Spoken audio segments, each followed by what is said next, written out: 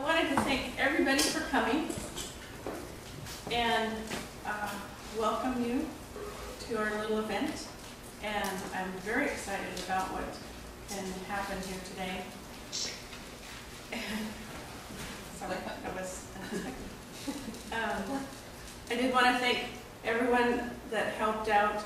Sheila's not only doing the potluck tomorrow, at least heading the potluck up tomorrow with helpers, but also snacks for today. And Susan and Sarah for the music. And Susan for generally just doing so much yesterday to get the building ready and some readings ready and that. And Robert is still hanging out outside in case somebody needs a ride from the parking lot. And he did lots in the front yard. And okay, but people don't know that. And then Hilda and John from the back, the cottage, they're also doing much of the yard work and support in that way. And certainly there would not be an event if Mary Elizabeth Marlowe and Judith Norris did not completely bombard this with all of their loving energy and their help in every way. So I completely appreciate their help because, you know, anything can't happen alone. So we are all chipping in. And for practicality, I'm pretty sure we've pretty much saturated the information that you must be in the parking lot down the street and have a tag in your window to make sure you're not ticketed. So if you don't, Robert can help you with that. And for today, we're going to start with Emmanuel talking about the early years, and then essentially by the hour, changing to different. We'll have a few people up to talk about what their experiences have been, and then just general discussion and adding in very casually.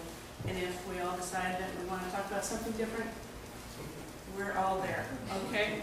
So very, very loosely adhered here, but I'm just so appreciative that everyone could come and contribute to really reaffirming where we came from and what our intention is.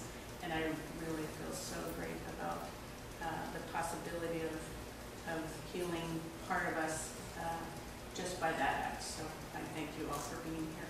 So if we can get Daniel, I don't know if you want to stand or if we want to get you a chair. And Daniel Emmanuel. Thank you.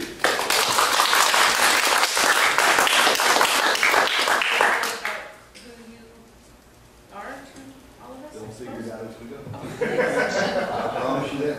Okay, thanks. I would like to also thank Mary Elizabeth, Jill, and the Fellowship Board for helping me to get here. It's very special and really took me on a time travel experience. It's the only way I know to describe this. And then as I prepared for this, I began to just realize how special those early days were and how unique they were and different they were than what evolved within a year after the whole fellowship got going.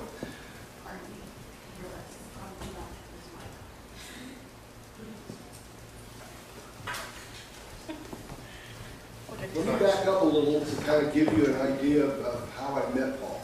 This is very important because as you think about this, whether you met Paul, came to the fellowship, you may have had a similar experience.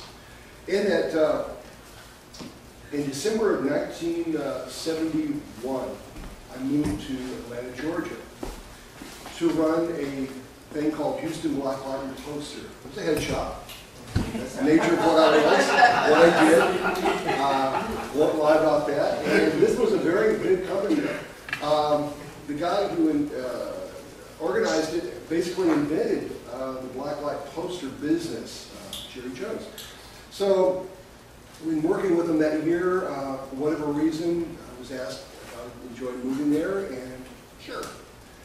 So ended up in Atlanta. Kathy joined me a few months later, probably by, let's say, February. And what was interesting was because of some things that had happened a few years in advance, I'd gotten interested in the idea of meditation, but never really found a way to meditate. One of my favorite things was a talk by a gentleman named Richard Albert, who became Ram Dass. And I listened to this talk at a friend's house one day, in an altered state, and forced altered state, I suggest. And through that, he talked about how, with his contemporaries, Timothy Leary, Aldous Huxley, who wrote Through the Doors of Perception, that they had started a journey to go beyond, at least he did, let me rephrase it, at least he did, to go beyond the limitations of the forced altered states, the psychedelics and stuff. And it kind of, I never forgot that talk, and this is like in October of 1970. And we bought the book Be Here Now, and it really, the Be Here Now part really kind of affected me greatly. The idea being that whatever happens now is it. Everything else is a memory, anything in the future is a fantasy, and how you handle now kind of sets the stage for me. It was kind of neat. But I didn't really pursue it and kind of let it go. So here we are in Atlanta and getting serious about the idea of meditation. So basically what happened was, in March, Kathy and I discovered, I guess that's the best term, a little 14-year-old guru, perfect master dude that was in Atlanta promoting his stuff. And we went to learn about it and just opened into this whole beautiful channel of people. Not him, but the people. Yes. I guess. I can't remember now because I wasn't that... I was into that. Were you really? Thank you. Thank you very much. Who am I watching? Thank you. Okay, yes, thanks. Thank you for the help.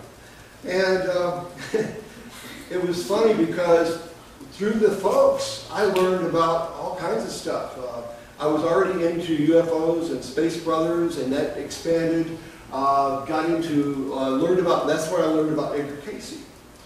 And being someone who in the past had kind of knew about Atlantis, liked to learn about that kind of stuff, probably the first book I ever read was the Atlantis book. And I just got totally into this, and it just like touched a heartstring in me, and I just went, this is so incredible. Then the story of Jesus is probably my all-time favorite book that was ever published.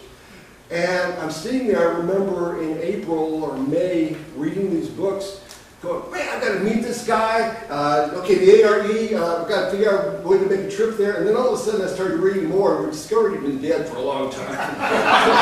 This ain't going to happen, and I got really sad. It kind of bummed me out. I'm like, I don't know what to do.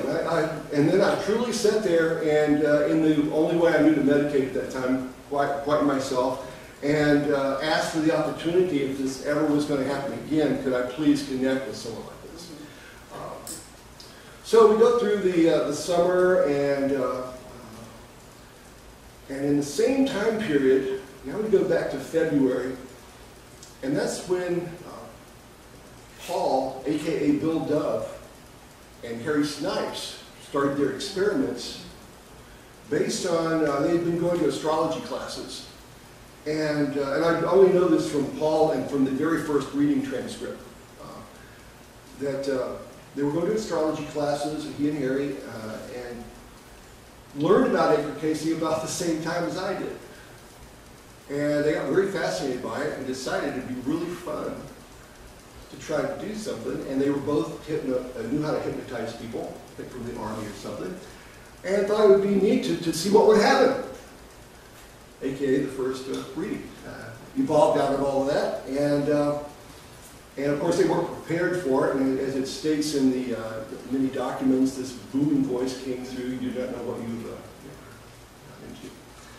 And so through that period of time, they trained Paul and Harry, and another gentleman named Tony joined them, and they trained them, and many of the readings they gave them were not recorded on purpose, for whatever reason. For instance, one of the things he went through was, he smoked, and they kind of had a wild lifestyle, so they were calming him down. And that's where the apple fast diet, the 3-day apple fast diet, evolved out. And they told him, since you want to retreat, go through the fast and everything, that helped him quit smoking. And so they were going through all these different things to prepare themselves and to continue to build what would become the work. And I'll come back to that more in a little while. So, again, keep in contact with all my friends from this movement, though we were not a part of that anymore. I remember in September, this gentleman named Dennis and his wife said, we're going to have a life reading and we'd like you to record it. Now, I'm a musician. All my life I've recorded things. Back then it was on reel-to-reel tape. I had some really nice equipment, microphones, things of this nature. And I said, sure, yeah, that sounds like it'd be interesting. And he says, well, we're going to have to go up to northeast Atlanta. And the guy that's going to give the readings is this guy named Bill Dove. I'm going, Bill Dove?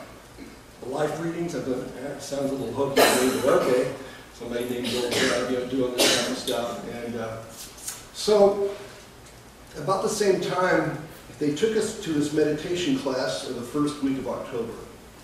And it was run, or I don't know if run is the right word, it was held at this person's house, and it's actually this man and woman named Cynthia and Dustin Young. Cynthia was a very talented mandala esoteric painter. Her aunt, and it's knocking me out, I cannot remember the name of her aunt, was actually well known here and East Coast for her work. So anyway, we go to the house and Dustin's not there. Cynthia is leading the meditation group because he's at this other group that's having their first meeting.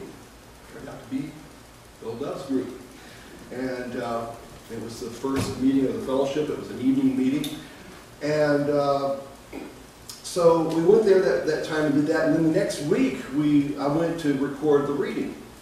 Now, this is very neat. It's so emotional for me as I got back into this and was getting into the memories and the visualization of it. We go there and we drive up, and this house sits up on a hill on Shalford Road. A little funky house. I mean, literally a 4-room house. Kitchen, living room, 2 bedrooms, bathroom. That's it. The whole house was probably about as big as the whole part of the sanctuary. Right? It was just amazing. And so we drive up, park, and we go in, and we're met by a gentleman named Mike, who was Paul's conductor at that time. And the whole thing that led up to that for him to work with Paul, I'm not sure, but somehow he and another gentleman named John lived there, and they were helping Paul with the readings. Now, Paul had only started doing readings publicly probably a month earlier. As they'd gone through the summer, Harry and Tony and Bill kind of separated. And for whatever reason, I can't remember, they just decided not to work with it anymore, which is kind of like one of the recurring themes that happened with some things. I'll explain that in a little more detail. But in August, a jazz musician from New York that I met, black dude, really nice person, can't remember his name, went with Paul, and I believe one other person, to a Spiritual Frontiers Fellowship meeting at Emory College in Atlanta.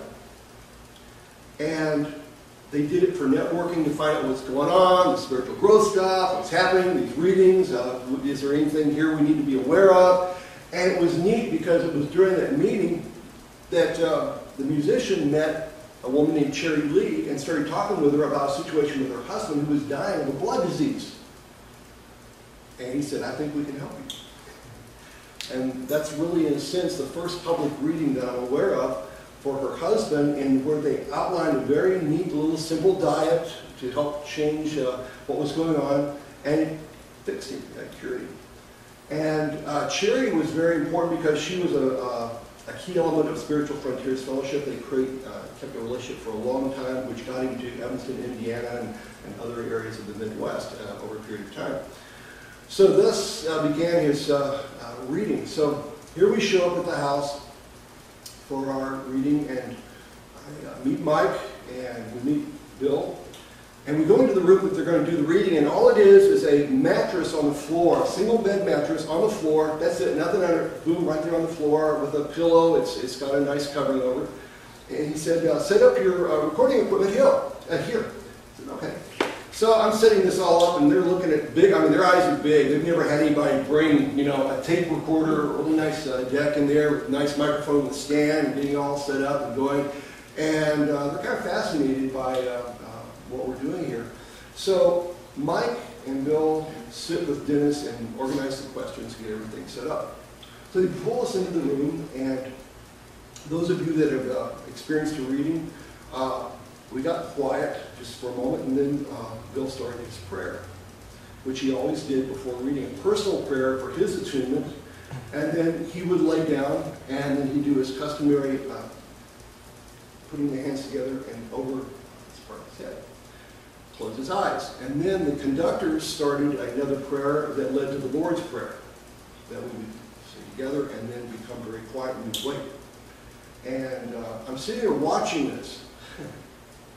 Wow. And here, all of a sudden, the body jerks, you know, just the major heave, his hands come out and just land down here. And I almost had tears in my eyes at that point, like I'm about to have now. And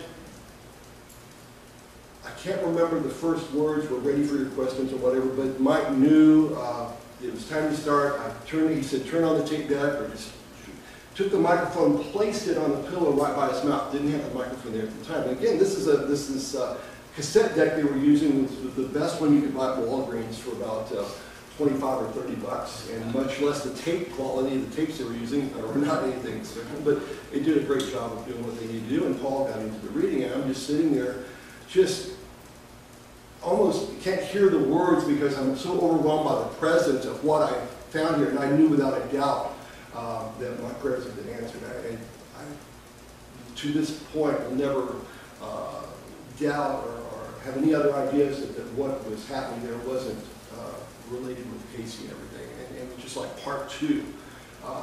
The phrasing, the quality of the information, I was fascinated by that. So we get through the reading and we talk about it. And I immediately scheduled one for myself and for Kathy. And we immediately came back to the meditation that next weekend. And it wasn't anything special, it was just kind of a gathering. Just talk and sit together.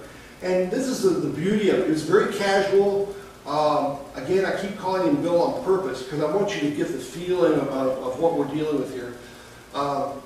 And so, very open. We would eat there together, and we would have peanut butter and honey sandwiches, which is about all any of us could afford. He was charging $20 or $25 for a reading at that time. He was doing 3 of them a day. And doing it very, very well. Health was great, so there's not a problem there as far as his energy level. Plus, the folks that were in attendance, our energy level was just feeding the whole thing, which was a very important part of this, as the source would tell us later. And it really allowed him to be able to do the number of readings that he was doing a day, because the readings would last anywhere from 20 minutes to a little over an hour sometimes. And so we got set up into that, and I just was so stunned by the whole thing. The first thing I wanted to do was drop what I was doing and come work there. Just help. And the beauty of this was, as we would come back, somehow Paul and I, Bill and I connected. I mean, it's just like 2 old buddies that hadn't seen each other centuries, eons, I don't know. And somehow we would start talking. We'd talk, take long walks, things of this nature in the evenings. And one of the things I talked to him about was, I'm just so astounded by what you do and everything. Would it be okay if I archived your work? And at the same time, not only archived it, but I don't know what will happen. I don't know what we can do, but we got to figure out a way to share this with the world. I mean, this was, from the very early days, that was my commission or goal or attitude or feeling. I mean, I just couldn't think of anything else that I wanted to do with it.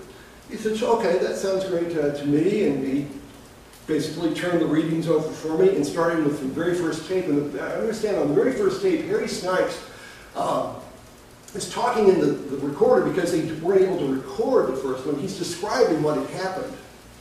And it's very kind of cute. He says, in a sense, and I have the transcript of it here, but he's talking about how This was not anything of the devil or Satan or something of this nature. We just did a sincere little experiment to see if we could contact similar entities or beings as with Edgar Casey, and then he describes that, and then he goes into, and then they do the second reading that was ever done. And as I'm going through all these readings, now this is fascinating because I'm getting information about astrology, which was one of the third or fourth readings that was done of the lady Sylvia Carroll, that was the astrologer that actually helped encourage all this. They did some early readings for her. And reading number 13, I remember this specifically, they tell him to change. Change his name. This is very neat. And they said, we want you to use a combination of names that allows you to be universal.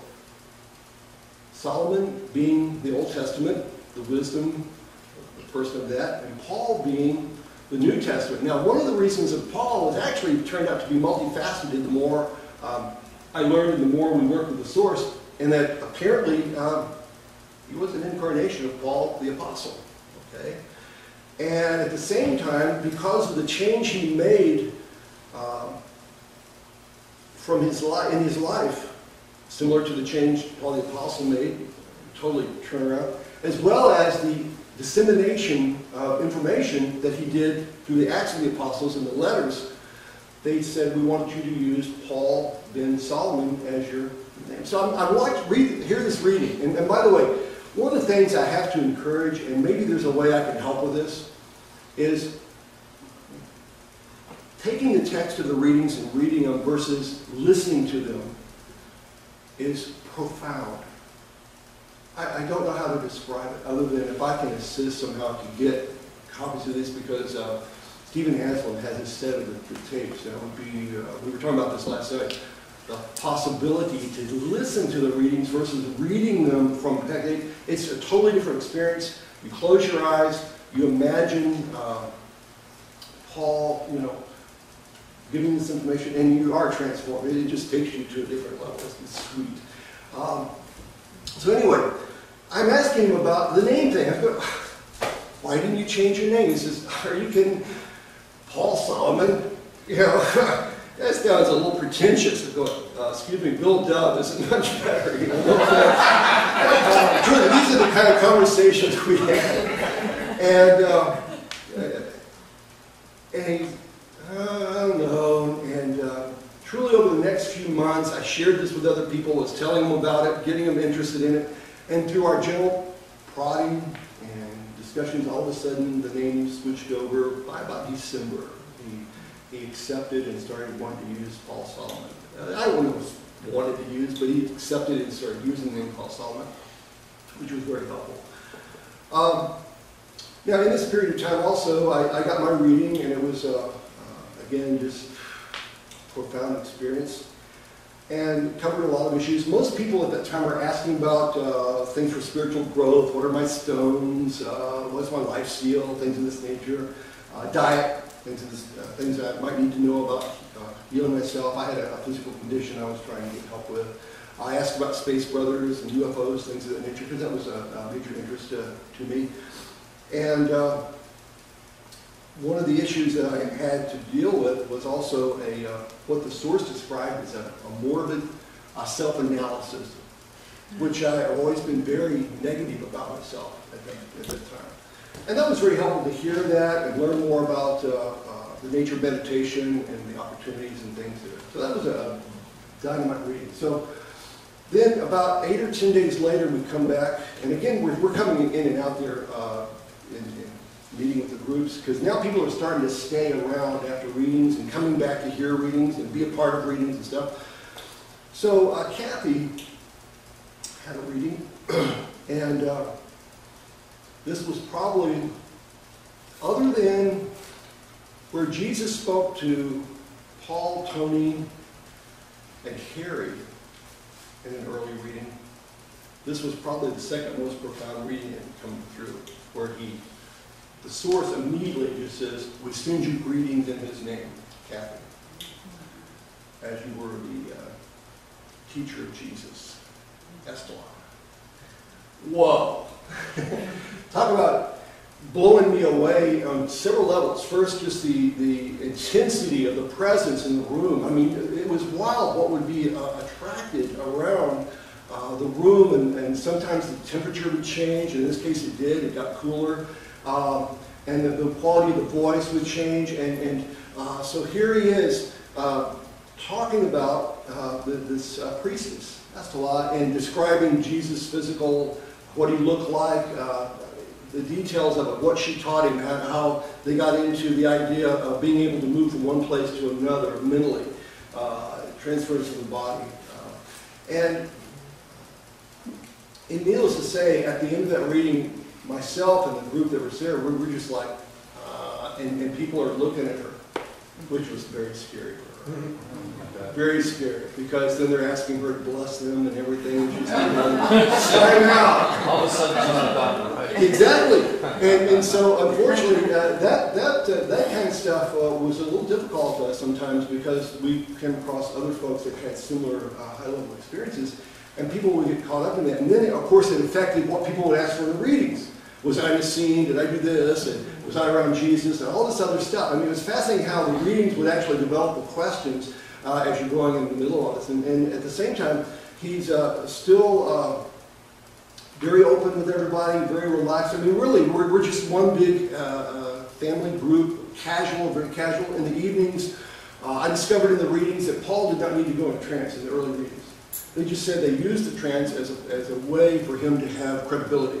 And it was comfortable for him to do it that way too. It was easier for him, for his attitude about doing it, because he was a little uncomfortable with the information and still hadn't developed the ability to move back and forth. So many times we'd be sitting in the evenings as a group just talking about stuff and asking questions to each other, and all of a sudden Paul would just kind of slip in.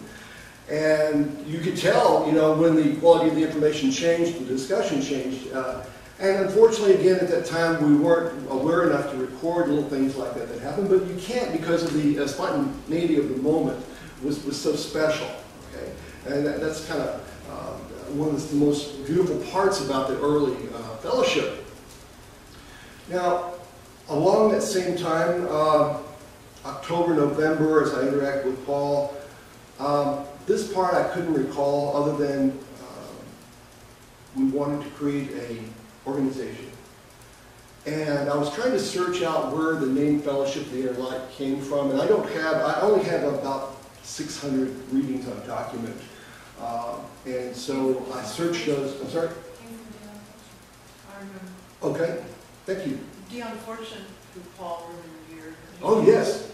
She had a group in England called the Society Of the Inner Light. Thank you. And That's I right. happened to hear him talk about that once. Thank and you. it inspired me to, well, how about fellowship? Exactly.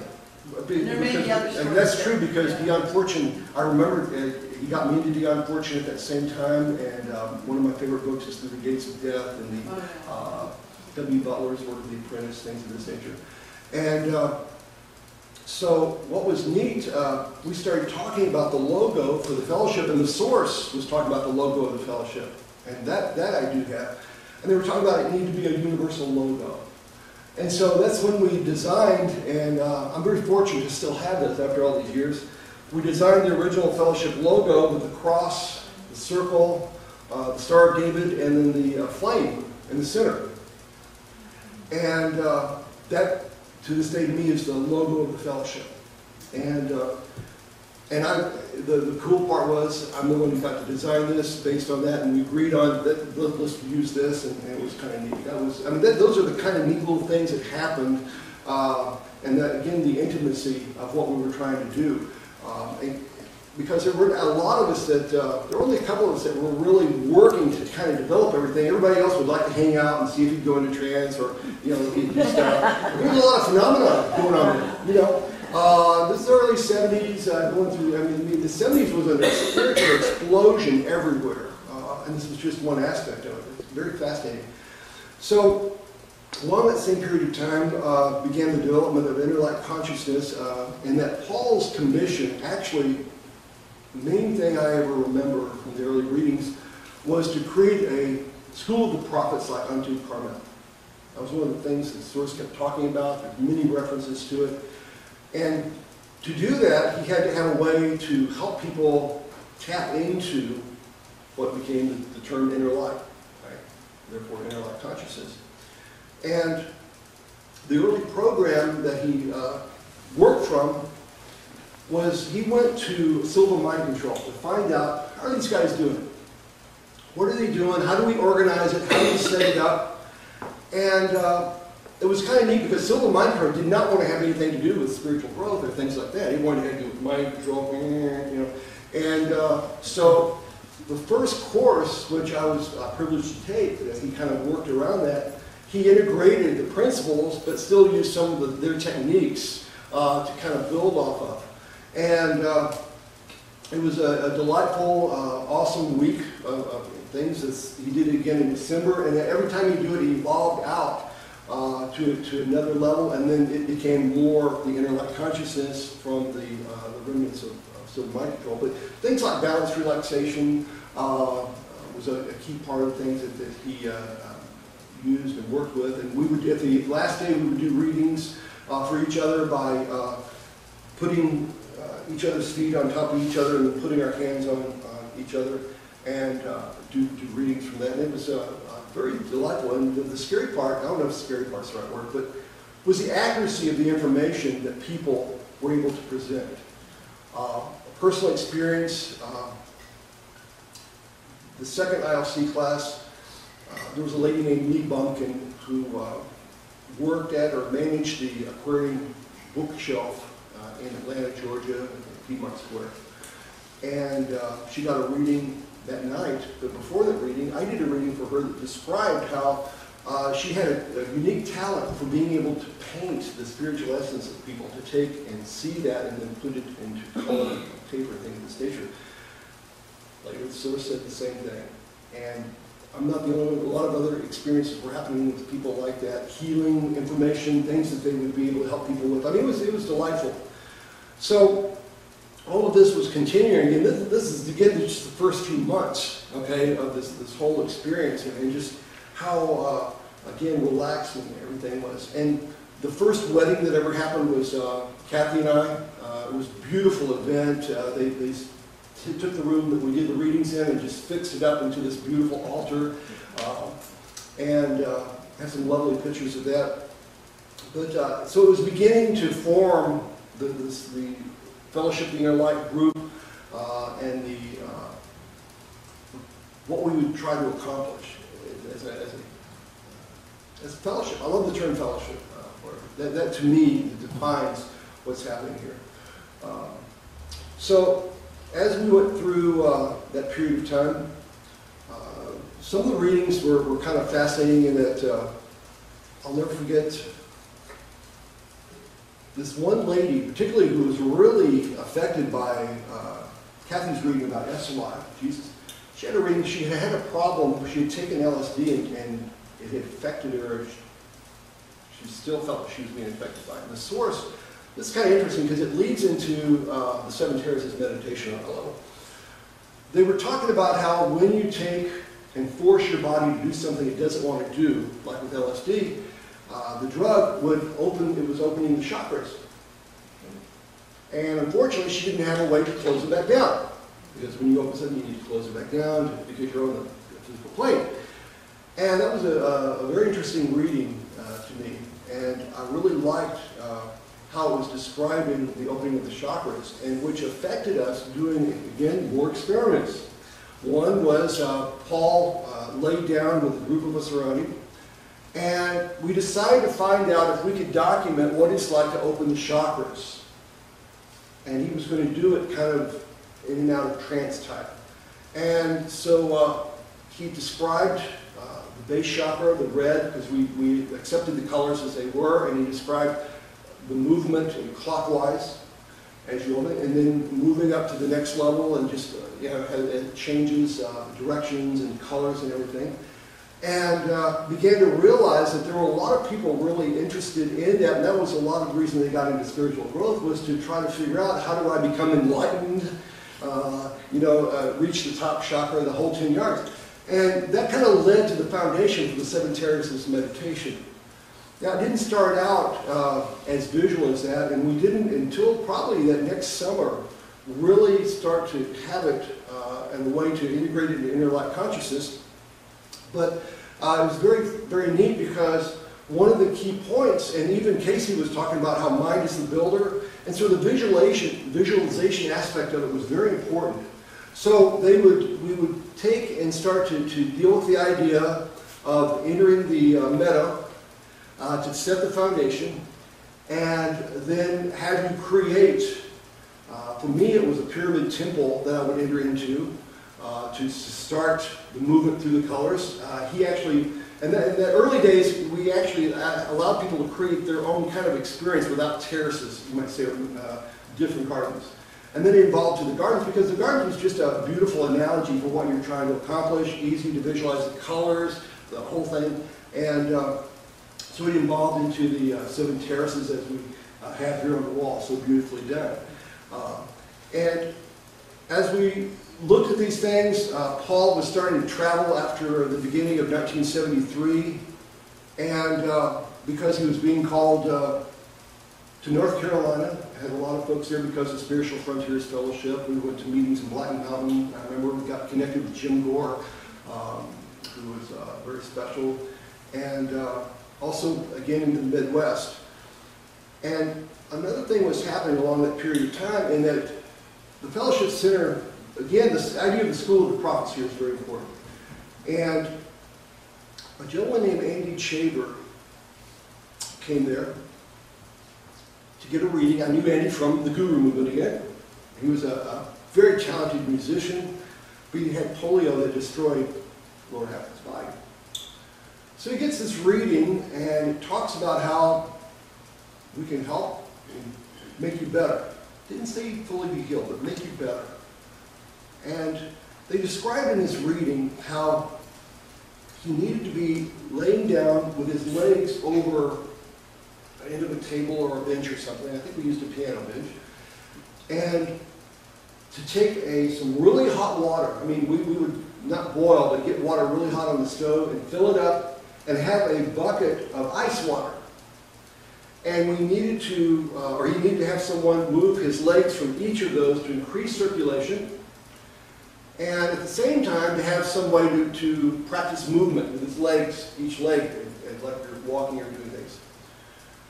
Now, let me come back to that because I'm building up and I'm kind of cross-reading things here. I know this may not be making a lot of sense. I hope it does. But in December, now he had this reading, nothing happened with it, we just knew about the information. In December, a gentleman named Bill Allen had heard about Paul, became Francis Allen, most of you know him that way. And Bill came all the way down from Pennsylvania, New York or something, and wanted to find out about this Paul Solomon guy. The dude came with an attitude. It was great. And we wanted to find, is this guy for real? What's happening here? And he challenged Paul a lot while he was there, needless to say. But never maliciously. He really wanted it to be very real. It was very, he and I became very close. We would listen to readings together, talk about stuff, and just be fascinated by what would happen. And so during that, he never took ILC. Didn't want anything to do with it for whatever reason. And but he and several other people, one guy named Mickey, myself, Paul, Lee Bumpkin, one other lady, I can't remember her name, and John, there were 7 of us. Somehow we were together, other than the lady, I can't remember, and having a reading forever. I mean, Paul did a lot of group readings in that period. I mean, people would come each with a question. I mean, did a ton of group readings, which I'll come back to the most famous reading of all, probably, where Halaliel got kind of grumpy with us. But, oh man. But in this reading, this was right before the first of the year. It was after Christmas, a couple of days before January 1st, and the source says, we've gathered the group of you here together. Whoa. So we came together, whatever reason, because we want to have you be a part of the first school of the prophets, the first formal school of the prophets. Wow. They said, we want you to start on January 1st. The conditions are every morning, starting on January 1st, we want you to get up around 4 to 5 a.m. at dawn, and we want you to face east, either laying down with your head facing east or facing east meditation, and we will start working with you. We also want you to meet every day. Agree on a time for about an hour in your group. So we meet around 4 or 5 o'clock in the afternoon because of Lee's job, and I think other folks had jobs. And some days you will work with Paul through us, and some days we will just take the things that we present you and be practicing or working with us. We were not allowed to take these sessions. Fascinating, but we were not allowed to take them. I'm not clear about that, and if I tried to sneak in my tape deck, I have this beautiful little Sony tape deck. I wanted to sneak in. They would have busted me. It would, I just wasn't even going to go there. Just leave it alone. I knew better. So we went through and did these different exercises, and this was so neat. We learned how to communicate with our eyes and hearts to each other, and we would practice sitting, just looking at each other, transferring energy, things of this nature. We learned about psychometry and how to get feelings from objects and things that people have owned or held. And for whatever reason, after about a month, and I'm not blaming him, but for whatever reason, Bill got a little antsy about it, doesn't feel like things were going the way they should. A couple of people agreed with him, and the source said this was an all or nothing. Either you do it or you don't. And so they decided to stop doing it. I regret to this day that I had not been more focused or stronger, or so you can't let go. Don't worry about it. Let's just see where this keeps going. Because it was profound, because truly things were happening to each of us. I was able to change my ability to, a few months later, I woke up one morning, I had a bass guitar at a music store for sale. I woke up with a picture of this music store front window broken. And I go down there and it was broken, and my guitar had been in there and it had been taken from it. I mean, it just, that's just a mundane example. A lot of different things like that we started getting connected to, and being able to see and experience. And being that I was just more open to all this stuff, I think it was easier for me to not believe it, because it's a knowing, that it was happening. So that was our first experience. Now, the second experience with this, let me go back to Andy Chamber, and his reading about being able to be healed. So the next thing Bill, Mickey, and I did was decided we wanted to try to work with Andy if he wanted to. I said, okay. So we asked the source about it, and the source said one of the things that you want to use, and I don't remember the exact details of it, was a special prayer of healing. And this is the most awesome prayer I've ever heard focusing on healing. And the idea of it is we would be around Andy, we would be chanting, we would be moving his legs from ice to hot water and back. We would do the movements, and while we're doing this, we'd also use this prayer: as I have health, so I give unto thee. May I have no more health. Let's see. As I have health, so I give it to thee. May God bring health into my body and share it with thee. May I have no more health, no more of God that would manifest in you. Until you are well, I am well. Say it again. Okay. Here, let me. I actually wrote some notes here. Let me do this, and it's in the readings, and I actually have it up on the website. As I have health, so I give unto thee. May God bring health into my body and share it with thee. May I have no more of health, no more of God than would manifest in you. That is, you and I are one. Until you are well, I am ill. And we would use that, and that's been the key thing I've ever done, and if I've ever been in a situation with that. And it was very helpful again later. So after about a month, Andy lost his faith in what was happening, though he did change.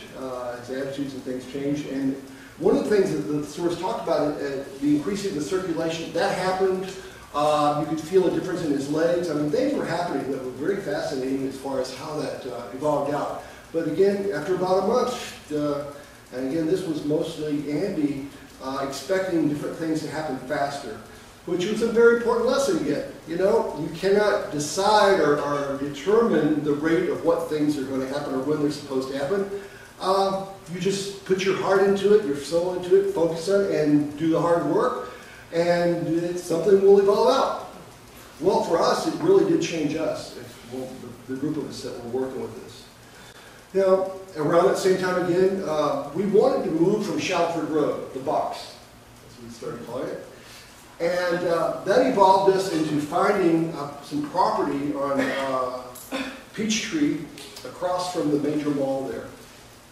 Beautiful two-story house. I just can't describe just how special this place was. It was kind of messed up. Bill and I actually did most of the work to put it back together, other than things like the carpet or any major carpentry rework. But we had a bunch of carpenters and some good people that would help with that.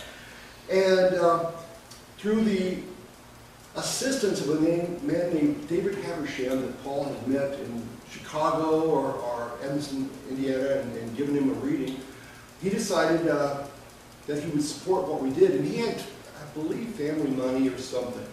And so he helped build the center in a sense, had an office there, things of this nature. And it was beautiful because you walked in the front door and here was this huge sanctuary, about the size of this. To the right, to the left were some, the reception area, the library, Paul's office was in the back, there was a kitchen, 2 rooms upstairs, and then downstairs was a really neat cellar. And a gentleman named Charles Johnson, some of you may remember. Yeah, he'd not been involved with us at all, but he worked with Lee Bunkin at the Aquarium bookstore. He wanted to open a bookstore. So we converted the cellar into this bookstore that he financed, set up, and opened up, and that was when Charles first got involved. But again, all he did was kind of run a bookstore. He did not get intimately involved with the fellowship and things. That came a little later, particularly after we moved to Virginia Beach. I'm sure what the difference was. And one of the neat things about the property was in the back was this beautiful woods that ran about 100 yards back that people could walk into, meditate, and quiet in. I mean, it was a magical little place. It's kind of like it had a little dome over it, a beautiful sign up front that we set up for it, and that was very neat, and it was very successful. Again, Paul is doing a lot of traveling at this time. That's when I started doing the ILC classes, and I did the first one there in probably June of '73. Now, around that same time, Bill and Paul had really evolved a great relationship. It was funny because the source during a reading called Bill a thorn in Paul's side, similar to the thorn that Paul had also had. And it was kind of fascinating, the whole idea of being Bill working with him to get him to stay focused and to, from his, and again, this is Bill's attitude on this, and keeping everything up and up. And it was during that period of time that we talked about starting to ordain people. And so Bill became the first ordained minister of the fellowship. This was about the last week of June, I believe. And after the ordination, there was a reading, and that's when he received the name Francis, that became Francis Allen. And he went back up to, I can't remember where he was, Pennsylvania, New York, and he stayed there for a long time, and then he came here to Virginia Beach after I had left, I believe, in the 80s. And so I never saw Bill again after that point, Francis. Okay? But he got very involved with astrology and things of this nature, I understand. A week later, I had my ordination, which was very special. And what was wild was there was a movie that summer called Godspell. Godspell really affected me like you can, particularly the first 2 songs, Prepare You the Way and God Save the People. I mean, I can listen to those to this day and go into tears because that became the theme of my ordination. And the whole idea of what I wanted to affect. And the reason it became the theme was because one of the things, as I mentioned earlier, I promised Paul, is I wanted to get the work out to people. And another frustration I had with the Casey readings was I didn't like reading all these interpretations of people's ideas about what Casey said, what meant, all this other stuff. I want to read it for myself and decide, what does it mean to me? Now, the neat thing about the source was the source kept saying, there's no one closer to the Father, to the Creator than you. And when you learn to connect, you do not need other people to tell you how to pray, what's going on, you know what I mean.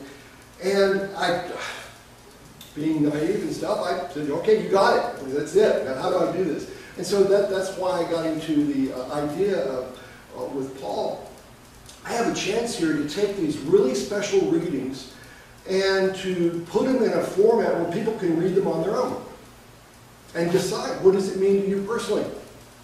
So, as a part of what became my ministry that summer, I started organizing all these readings and getting them together. And after I had probably about half the book done, I showed it to Paul. I said, this is really neat. And he saw the different readings I'd chosen. These were early readings. These were just the readings I picked up stuff from. And I was literally typing them out myself, getting them organized and set up. And somewhere in that period of time, he was starting to go to Virginia Beach and he met Tom Johnson. And he showed Tom the work. And Tom got very interested in it. Apparently, he thought it was a great idea, it needed to be done, and agreed to publish the Paul Solomon Tapes book. Now, I brought my very, very old copy. I don't have the original one I got the first book that we ever got. Paul signed it for me. I do not know. Someone decided that they needed it more than I did, so I hope it's in a safe space with Paul's signature and permission. But we did a reading on the book, and they named it the Paul Solomon Tapes, and A Sleeping Man speaks on, and then they suggested some of the things that should be here. They described how to do the photography for it, having Paul on a couch and then this faint image of Paul above it, and the colors and everything. I mean, it's a neat reading. And all of that just kind of came together, and within it was so fast. Within, I believe by November, we had the first copies of the book, December, something like that. I mean, it was fast. Tom just didn't mess around. This was the first published information on Paul and his work. But again, it had allowed me to do one of the things that was very important to me, and that is share the information as pure as possible. Let's see here.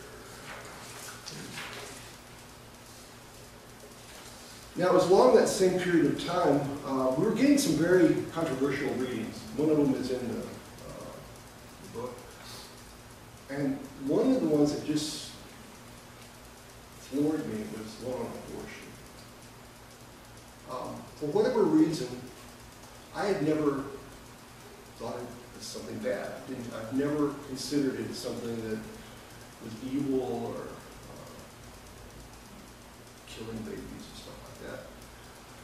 Well, Dennis, again, the person that first got me into this whole mess, and his wife, she got pregnant. And they did not plan it, and they were not sure what they wanted to do. And so they came to the source and asked him what it was. And it was just the most beautiful description of how the body forming in the mother's womb is literally just that. That's all it is. It's a vehicle. It's like kind of making a car, as rude as this may sound.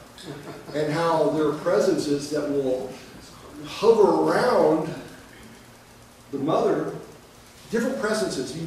There's not a final presence till right there at the moment of birth, or the few days before the actual birth. And how that basically, all it is an opportunity for someone to come into the airplane, and that it's okay if you don't want to provide that opportunity. Don't judge yourself over that. And that was very neat, because it really opened up with me the idea, and a lot of folks, that basically your relationship with the Creator is your relationship with the Creator, and what you need to do and what you feel like you need to do it. It's okay. And if there's something you need to learn from it, so be it. You will. And just a lot of nice things there. And I loved how the source kept everything wide open. And again, back to the point, there's no one closer to the source than you are, the Creator than you are. And that was so special, and it just kept coming up over and over again. Now, go back into this. In the fall, because of the interest for Paul in Virginia Beach, Paul wanted to open another center here. But there was some conflict about that with David Haversham and a few other people. what will happen to us here. And it's not like, it's a both and, not an either or. We're not trying to take and get out of here. We're trying to create a network of fellowship centers. Really neat. But it became a very difficult situation, and over a period of time, we decided to move the fellowship here. Again, not moving the fellowship, we established a board, a pastor, the whole 10 yards. I mean, everything was set to create continuity. And yet there were factors there that were very uncomfortable with that, or untrusting, however you might want to phrase that. But regardless, in like February of 1974, I remember on a snowy weekend here, oh my Lord.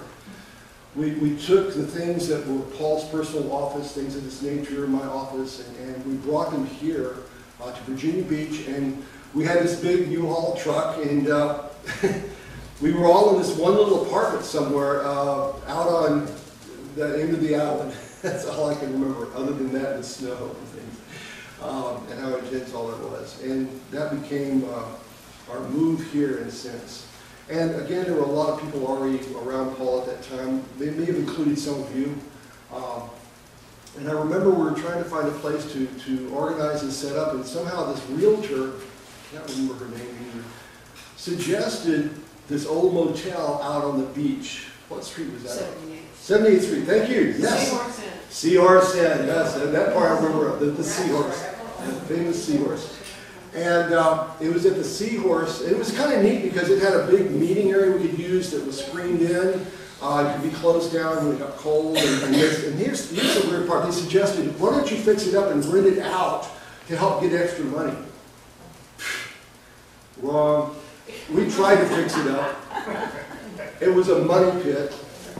The first group that tried to use it, there were so many problems, they left, and we just blew it off and just focused on using it as a fellowship center. Now, Joel Andrews occupied a building back there in it during the period of time. He and I became very close, and are to this day. From that point, though, we started having, I mean, I was fascinated the number of people that would come to the Sunday services. We would fill up this room. I mean, 100 or more? I can't. It was fascinating.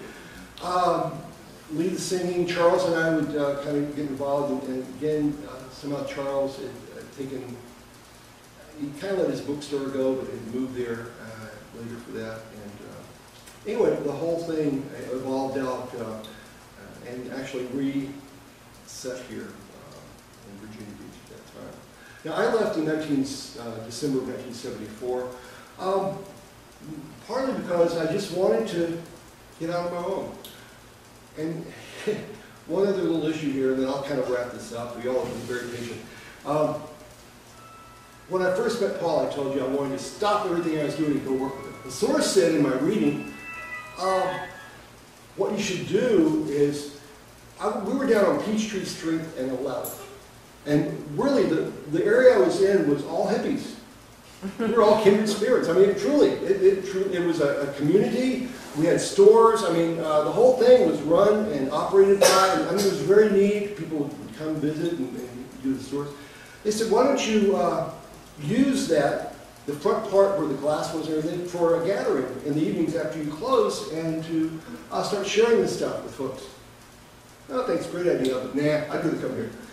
And for whatever reason, the store got audited because the owner was he was paranoid, and thought I was taking money from them. Everything was clean as a whistle, but it made me angry, and I just said, okay, I'm done with you. I don't want to interact with you anymore. And literally got involved, kind of dropped everything, got involved with Paul, which led to some unusual reading. Some of you have heard the reading about the truck noise, and we actually asked the source, what are we going to do here? And it was a beautiful reading about how to, that it's not an accident that you don't have money. You've got to learn certain aspects and disciplines to be able to do this. But regardless, by that time, I decided, Kathy and I decided that we wanted to move back to Houston and see if we could establish a center there. It was kind of successful, it kind of wasn't. And we returned for the 40-day experience, which I think is another thing we'll get into later, so I can add more about that. But that's kind of a general overview of the early days and how precious they were, particularly that 1972 when Paul started getting out and really, his presence changed, nothing negative. I mean, once he took the name Paul Solomon, wow, I mean, just the whole thing. And then one other aspect here, I remember in one of the readings they were talking about how, as I said, we do group readings and you get to ask individual questions, and one of the ones was talking about my work with music and how, as in a scene, and I was there with the group, I knew Esther, Kathy at that time, and the whole thing. But one of the things I would do is I would play music during ceremonies. And one of the ceremonies I was playing music for was when they chose Mary. And they gave a beautiful description of that, the whole event. And so one of the things Paul and I started doing is I would play music in the background and he would just kind of slip into his altered state and do sermons from that state. And that was, again, another neat little thing that we would experiment with and try and it would work and just learn about as he was developing as we were doing the thing. So, unless anyone has a question, I will go to the next part of the program, whatever you might need to do. I wanted to know if people wanted a break.